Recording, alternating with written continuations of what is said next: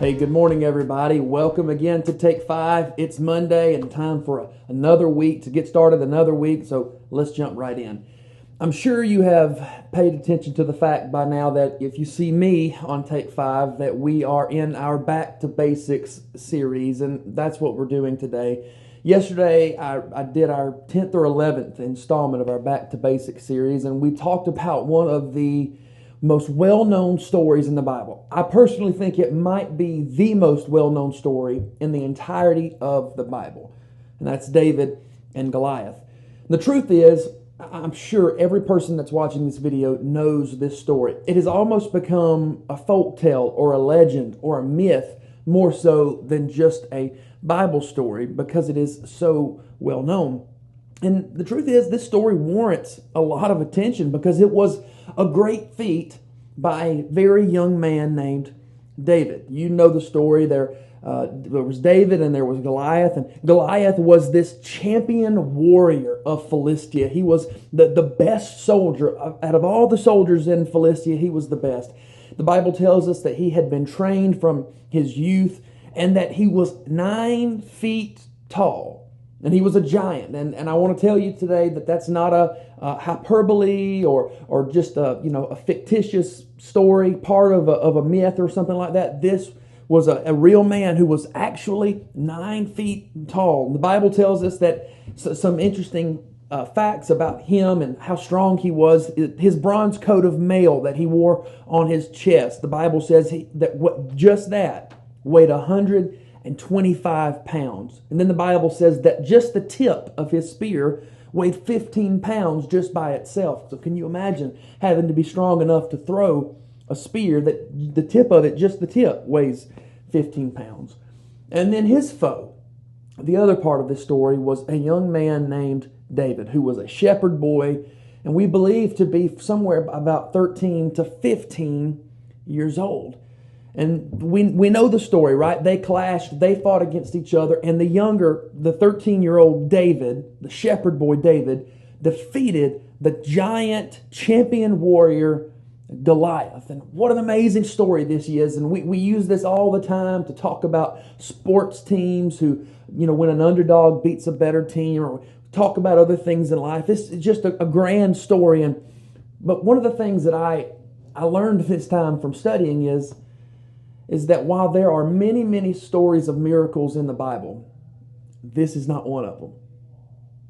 This is not a story of a miracle. See, I did some research on the slingshot because last month, in the last month's Back to Basics series, as I was studying on Samson, I read in Judges, I think chapter 16 or 18, 20, somewhere in there, where the Bible said that the tribe of Benjamin from Israel had 700 left-handed slingers, or soldiers that used the slingshot, and they were so gifted, so well trained, and so talented with the slingshot that they could hit their target and not miss within a hair's breadth. That's pretty accurate. These guys were gifted and talented with a slingshot, and what I began to realize as I studied this was that many of the soldiers in Israel were very, very good with the slingshot, and it became one of their most important weapons in the battles and the wars that they faced.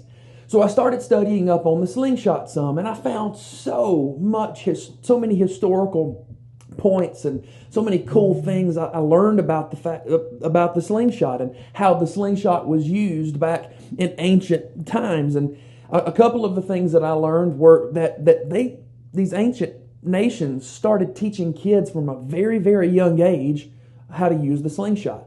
They would set up rings in their fields or in their yards the size of a person's head, and they would teach the kid to use the slingshot to ring the ring there.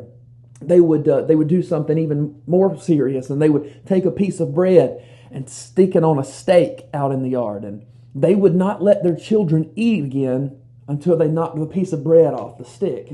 So they took this training of the slingshot, and I'm sure all the other weapons as well, but we're talking about the slingshot. I'm sure they took it so very serious. And this became not only something that Israel used a lot, but when you study history, many nations used the slingshot as a weapon of war, something that they to their advantage. And the slingshot became such a devastating weapon because not only could you hit somebody and bruise them or just cause a little bit of momentary pain, but I found instances where nations would use them and they would become so good with them that they would break bones, cause internal bleeding, and depending on the projectile that they used, they could even get it to go through a person's skin and go into them.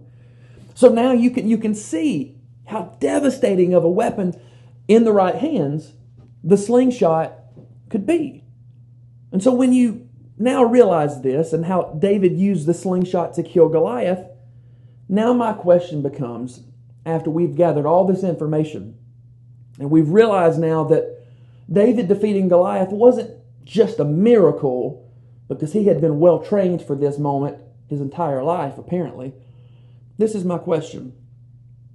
If there were at least some of the Israelites who were trained just like David was in how to use the slingshot, why didn't anybody else step up to kill Goliath?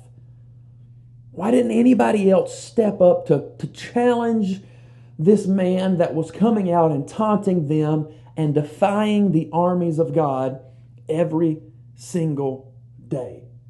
Why did all of these adult, grown men soldiers sit back and allow a 13-year-old shepherd to do a job that they could have done and should have done themselves? That's the question we're going to answer throughout the rest of the week as we talk about David and Goliath in this Back to Basics series.